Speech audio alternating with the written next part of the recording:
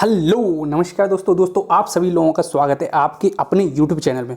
दोस्तों आप सभी लोगों के लिए एक इम्पोर्टेंट इन्फॉर्मेशन आ रही है CIL की तरफ से, कोल इंडिया लिमिटेड की तरफ से आप सभी लोगों के लिए एक नया रिक्रूटमेंट आउट हुआ है।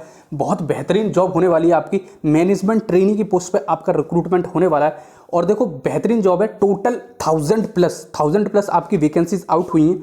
ठीक है, तो डिटेल में डिस्कस करेंगे किस बेसिस पे आपको सिलेक्शन होगा, क्या आपकी एलिजिबिलिटी क्राइटेरिया है, कितनी एज क्राइटेरिया है। ठीक है, each and every aspect should be clear in this video, तो ध्यान से देखना, each and every aspect clear किया जाएगा। ठीक है, देखो पहले मैं आपको एलिजिबिलिटी के बारे में बता देता हूँ, जिससे कि जो भी interested as well as eligible candidate हो वो आगे वीडियो कंटिन्यू कर सकें, रिमेनिंग स्टूडेंट यहीं से वीडियो लीव कर सकें। ठीक है, तो देखो यार पहले मैं ब्रांच की बता देता हूँ। अगर आपने BE BTech कर रखी है तो आप इसमें एलिजिबल हो, केवल BE BTech वाले कैंडिडेट ही एलिजिबल हैं, रिमेनिंग स्टूडेंट इसमें एलिजिबल नहीं है। अब मैं पर्टिकुलर ब्रांच की बात करूं तो देखो यार यहाँ पे लिख रखा है इन्होंने, माइनिंग इंजीनियरिंग में अगर आपने BE BTech कर रखी है, सिविल इंजीनियरिंग में कर रखी है, इलेक्ट्रॉनिक्स एंड टेलीकम्युनिकेशन में कर रखी है और सिस्टम एंड EDP में कर रखी है। देखो टोटल वैकेंसीज आपकी 1000 के आसपास होने वाली हैं, तो जिस किसी भी स्टूडेंट ने इनमें कर रखी है तो ही आप एलिजिबल हो। ठीक है, टोटल माइनिंग में 699 वैकेंसीज है, 160 सिविल में, सिस्टम एंड EDP में आपकी CS एंड IT वाले कैंडिडेट इसमें एलिजिबल है। ठीक है, अब देखो मैं इसमें एक इंपॉर्टेंट बात और बता देता हूँ, अगर आपने गेट 2022 दिया होगा और वैलिड गेट स्कोर होगा तो ही आप इसमें एलिजिबल हो, रिमेनिंग स्टूडेंट इसमें एलिजिबल नहीं है। तो जो कोई भी कैंडिडेट जिसके पास में गेट का स्कोर कार्ड नहीं है और रिलेवेंट गेट स्कोर नहीं है, अब रिलेवेंट का मतलब ये नहीं है कि भाई साहब आप टॉपर होने चाहिए, टॉपर का बिल्कुल भी मतलब नहीं है, मतलब आपके पास में वैलिड गेट स्कोर होना चाहिए। अगर आप माइनिंग इंजीनियरिंग से हो तो आपका 500 होगा तो भी आपका चल जाएगा, अगर आप सिविल इंजीनियरिंग से हो तो 600 प्लस वाले कैंडिडेट इसमें एलिजिबल होंगे। ठीक है, और देखो रिमेनिंग बच्चे जो हो गए, देखो लास्ट टाइम कोल इंडिया में मैकेनिकल की वैकेंसीज बहुत ज़्यादा मात्रा में थी, इस बार एक वैकेंसी नहीं है, तो मतलब क्या ही कर सकते हैं। और आप सभी लोगों के लिए HPCL की निकली है, तो दोस्तों जो भी रिमेनिंग कैंडिडेट है मैं उनको बता देता हूँ, आप टेलीग्राम को ज्वाइन कर लो, मैंने डिस्क्रिप्शन बॉक्स में उसकी लिंक डाल दी है।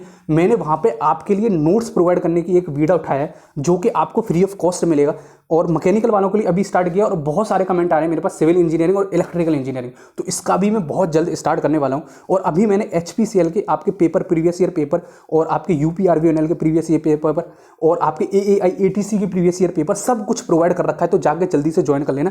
और बहुत जल्द आपको प्रैक्टिस सीट भी दी जाएगी, technical as well as non technical की। ठीक है, तो फ्री ऑफ कॉस्ट होगी, आप इंजॉय करो। ठीक है, अब देखो आगे मैं वीडियो कंटिन्यू करूँ। देखो यार आपकी जो ऑनलाइन एप्लीकेशन तिथि स्टार्ट है वो 23/6 से है, तो जो भी eligible as well as interested candidate हों वो आगे देख लेना। इलेक्ट्रॉनिक्स एंड टेलीकम्युनिकेशन की भी 124 वैकेंसीज है गेट के बेसिस पे, बहुत टाइम बाद इतनी वैकेंसीज आई हैं इलेक्ट्रॉनिक्स एंड टेलीकम्युनिकेशन के लिए। CS IT की बात करें तो 67 है, और लास्ट डेट होने वाली है आपकी 22/7, तो उससे पहले ही आपको फॉर्म फिल करना पड़ेगा। अब देखो मेन इंपॉर्टेंट बात कर लेते हैं। देखो इसमें लिख रखा है इन्होंने, BE BTech BSc अगर आपने 60% के साथ में कर रखा है रिस्पेक्टिव ब्रांच में, यानी कि mechanical mining civil electronics and telecommunication. और अगर मैं सिस्टम एंड EDP की बात करूं तो अगर आपने MCA भी कर रखी है विद मिनिमम 60% CS इंजीनियरिंग या फिर कंप्यूटर इंजीनियरिंग, ठीक है, और 60% होने चाहिए अगर आप अनरिजर्व्ड कैटेगरी से हो। अगर आप SC ST कैटेगरी से हो तो 5% का आपके पास रिलैक्सेशन है, एंड अगर फिर आपके 55% होने चाहिए। ठीक है, तो ये सब कुछ इन्होंने मेंशन कर रखा है। और जो फाइनल ईयर कैंडिडेट है, देखो यहाँ लिख भी रखा है, क्लियरली मेंशन कर रखा है, candidate who have completed their degree minimum qualification in final year will be pass out in the 2021 are eligible, तो आप फाइनल ईयर में हो तो भी आप इसमें एलिजिबल हो जाते हो। ठीक है, तो ये सब कुछ इन्होंने यहाँ पे मेंशन कर रखा है, तो गेट के बेसिस पे आपका सिलेक्शन होने वाला है। पहली बात तो इसमें मोस्ट इंपोर्टेंट बात ये है। अब कैटेगरी वाइज देखो यहाँ पे इन्होंने ये डिवाइड कर रखे हैं, general, EWS, SC ST OBC के लिए अलग अलग वैकेंसी इन्होंने प्रोवाइड कर रखे हैं, तो आप अपनी कैटेगरी अनुसार देख लेना कि आपको कैसे करना है। सिलेक्शन प्रोसीजर जैसे कि मैंने बताया गेट के बेसिस पे आपका सिलेक्शन होने वाला है। तो एलिजिबल कैंडिडेट देखो गेट में अपनी रेस्पेक्टिव ब्रांच में होना चाहिए, उसके बाद में आपको शॉर्टलिस्ट किया जाएगा वैकेंसीज के 3 रेशियो में, मतलब एक वैकेंसी है तो 3 बच्चों को सेलेक्ट किया जाएगा। जैसे माइनिंग में 700 वैकेंसी है तो 2100 स्टूडेंट्स को सेलेक्ट किया जाएगा। ठीक है, ये यहाँ पे इन्होंने मेंशन कर दिया है। फाइनल लिस्ट फिर आपका इंटरव्यू होगा और DV होगा, उसके बेसिस पे आपको सेलेक्ट कर लिया जाएगा। ठीक है, तो यहाँ पे क्लियरली पूरा इन्होंने मेंशन कर रखा है। एप्लीकेशन फीस की बात करूँ तो भाई साहब लूट है, इन्होंने एक निहायती लूट मचाई है। देखो अनरिजर्व्ड OBC और EWS कैटेगरी से आप बिलोंग करते हो तो आपको 1180 रुपीज़ पे करने पड़ेंगे, उसमें कोई डाउट नहीं बचा, आपको इतना तो पे करना ही पड़ेगा। अगर आप SC ST PWD ESM category से बिलोंग करते हो तो कोई आपको नहीं पे करना पड़ेगा, 0 रुपया। तो मैं आप सभी लोगों को सलाह दूंगा जो भी SC ST और PWD से बिलोंग करते हैं, भाई साहब आप सब भरना, चाहे आपके 200 गेट स्कोर हो, चाहे आपका 500 गेट स्कोर हो, ठीक है, सब कैंडिडेट भरना, ठीक है, क्योंकि बहुत अच्छी एलिजिबिलिटी वाली वैकेंसीज हैं आपके लिए, ठीक है, तो आप जरूर भरना। अपर एज लिमिट की बात करूँ तो 30 ईयर होनी चाहिए 31 मई 2022 तक के लिए जनरल EWS वाले कैंडिडेट के लिए, और OBC SC ST के लिए जो रिजर्वेशन होता है, जो रिलैक्सेशन होता है 3 साल और 10 साल 5 साल का, वो मिलने का, ये ठीक है।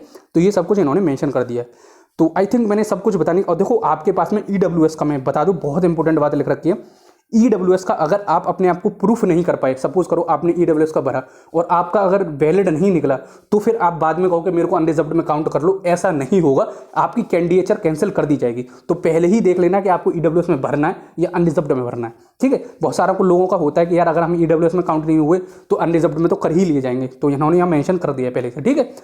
और देखो पेमेंट तो मतलब क्या ही बताऊं, ये आपका मैनेजमेंट ट्रेनिंग की पोस्ट पे होने वाला है, तो तनख्वाह तो तगड़ी वाली मिलने वाली है, 50,000 से लेके 1,60,000 के बीच में आपको CTC पर मंथ मिलेगी, ठीक है। पूरे साल की बात नहीं कर रहा, पर मंथ मिलेगी, ठीक है। ये सब कुछ इन्होंने मेंशन कर रखा है, मेडिकल फैसिलिटी वगैरह सब कुछ मिलता ही है। और देखो यहाँ पे इन्होंने हाउ टू अप्लाई कर रखा है, करियर में जाना, सब लिंक मैं आपको डिस्क्रिप्शन में प्रोवाइड कर दूंगा, तो वहाँ जाओगे तो आपको डायरेक्टली मिल जाएगी लिंक, तो वहाँ से डायरेक्टली आप अप्लाई भी कर सकते हो। और जनरल इन्फॉर्मेशन और तो कुछ मेंशन नहीं है, और जिस किसी के पास अपनी फाइनल डिग्री नहीं है DV तक, वो प्रोविजनल डिग्री लेके जा सकता है। फाइनली स्टूडेंट एलिजिबल है, ऑल ओवर इंडिया से कहीं भी हो आप डाल सकते हो, ऐसा कुछ भी मेंशन नहीं है कि आप झारखंड के या फिर वहाँ के ही होने चाहिए।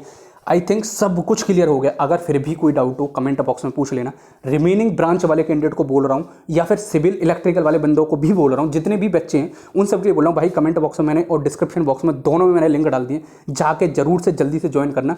मैं बहुत जल्दी ही आपको इन्फॉर्मेशन प्रोवाइड करूँगा, नोट्स भी प्रोवाइड करूँगा, ठीक है। ब्रांच जरूर मेंशन कर देना, जो भी मैं 2 ब्रांच की बोल रहा हूँ, और ब्रांचेस वाले कैंडिडेट अगर चाहते हैं कि उनके लिए भी नोट्स हों तो अपनी ब्रांच मेंशन कर देना। मेरे पास फीडबैक इन 3 ब्रांचेस का है, तो मैं इन 3 के लिए सबसे पहले अरेंज करने की कोशिश करूँगा, ठीक है।